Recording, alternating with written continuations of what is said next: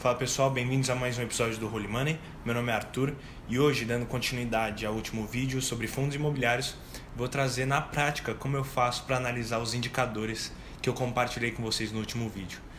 Vou entrar no site Status Invest e gravar a tela do meu computador. Espero que gostem. Então bora nessa, pessoal. Aqui eu vou trazer para vocês então os indicadores que eu uso para escolher um fundo imobiliário. Eu trouxe para vocês o KNR11, que é um fundo de laje corporativa que eu tenho em carteira, desde quando eu comecei a investir em fundos imobiliários há mais de um ano. Tá? Então, primeiramente, temos aqui de cara o preço e a oscilação dele nas últimas 52 semanas. Então, temos um piso e um teto, que ele bateu nesse intervalo de tempo. Então, dá para ter mais ou menos uma ideia do quanto que ele oscila, do quanto ele pode oscilar, mas não limita nada, tá? Então, o primeiro indicador que eu trago e que eu comentei no vídeo anterior, e aqui só via de curiosidade, é uma explicação do que é esse indicador, tá? Então, o dividend yield, que é a parcela que o fundo repassa para os cotistas em forma de proventos, dividendos, foi de 5% nos últimos 12 meses. Então, quanto maior, melhor, né, desde que não esteja tirando do caixa, da carne, para pagar esses dividendos, como eu comentei também no vídeo passado. E se você ainda não viu, eu recomendo que assista. É só entrar no meu canal e buscar lá o vídeo sobre fundos imobiliários, que foi o último que eu postei. Então, aqui é um gráfico do preço, da oscilação no tempo. Aqui a gente entra na parte de valor patrimonial. Aqui é o valor patrimonial por cota do fundo.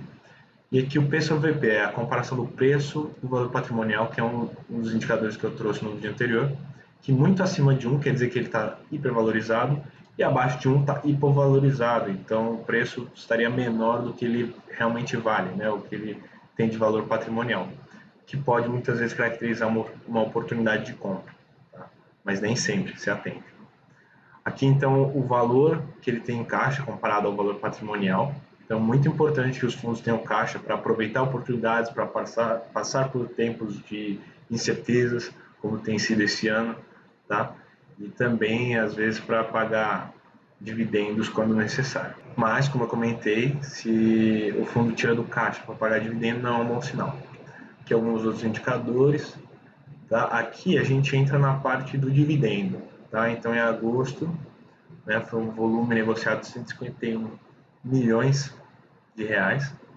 Tá? Então, um fundo bem líquido, ou seja, isso é importante ver se ele é muito ou pouco negociado na Bolsa de Valores, que pode afetar um preço justo caso você queira vender e também se alguém vai querer comprar. Tá? Então, é bem importante se atentar a esse ponto.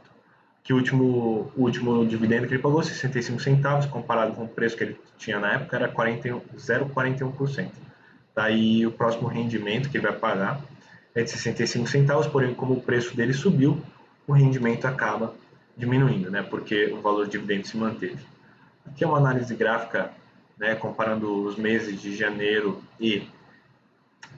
a dezembro de 19 e 20, né, comparando. Então a gente vê que aqui a partir de março, que é quando estourou aí a crise mundial, os dividendos começaram a ser afetados, porém houve uma manutenção.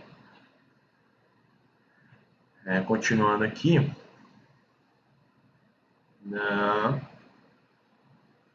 aqui é o histórico do patrimônio líquido, então a gente vê uma crescente, né, no patrimônio líquido do fundo, que é um ótimo sinal. Ele vem fazendo novas aquisições, vem aproveitando oportunidades, né, e assim, respectivamente, aumentando a lucratividade e os dividendos que paga para os cotistas. Aqui são os resultados. Os resultados e também aqui as demonstrações trimestrais são indicadores um pouco mais técnicos, mas que se você se interessar, mais para frente eu compartilho um pouco do que eu sei sobre eles, tá? As receitas, a gente vê aqui que ocorreram. Então aqui tem o histórico de receitas, que a gente consegue ver que tem uma receita bem estável, então isso acaba protegendo a manutenção do pagamento dos dividendos, né, para os cotistas. Aqui tem uma receita atípica, né, que foi a venda de um imóvel por 174 milhões de reais. Então, a gente vê que ele dá uma boa oscilada. Tá? Aqui a mesma coisa, aqui é o caixa, né, que a gente vê que vem numa crescente, ele fez algumas aquisições e manutenções dos imóveis e acabou gastando um pouco do caixa nos últimos períodos. Tá? Mas vale se atentar também se o fundo tem muito ou pouco caixa comparado com o valor patrimonial. Tá? Então, aqui as despesas, a gente vê aqui que tiveram algumas aquisições de imóveis, por isso no gráfico mostra um pouquinho mais de oscilações aqui, porém ele tende a ter uma despesa controlada também, que é muito importante. Como eu comentei no vídeo anterior, é bacana você analisar a classe do imóvel, a região dele, o indexador que os contratos desses imóveis, do aluguel desses imóveis está anexado. Tá? Então aqui a gente consegue ver a localidade do imóvel, o tamanho dele, se ele tem vacância, tanto a física quanto a financeira, né? Caso que eu expliquei no vídeo anterior, se você não viu, recomendo que assista. Né? Então temos aqui a categoria dos imóveis, são prédios comerciais, galpões logísticos, as vacâncias respectivas, então é bom se atentar a esse fator.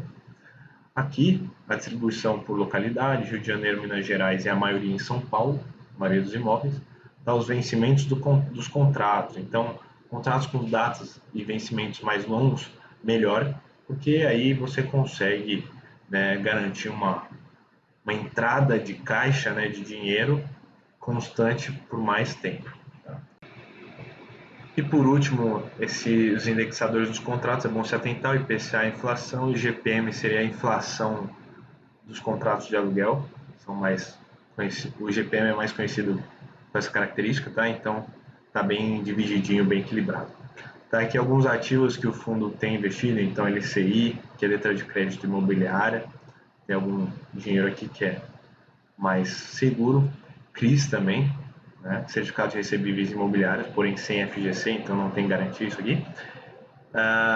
As ações relacionadas que o fundo tem.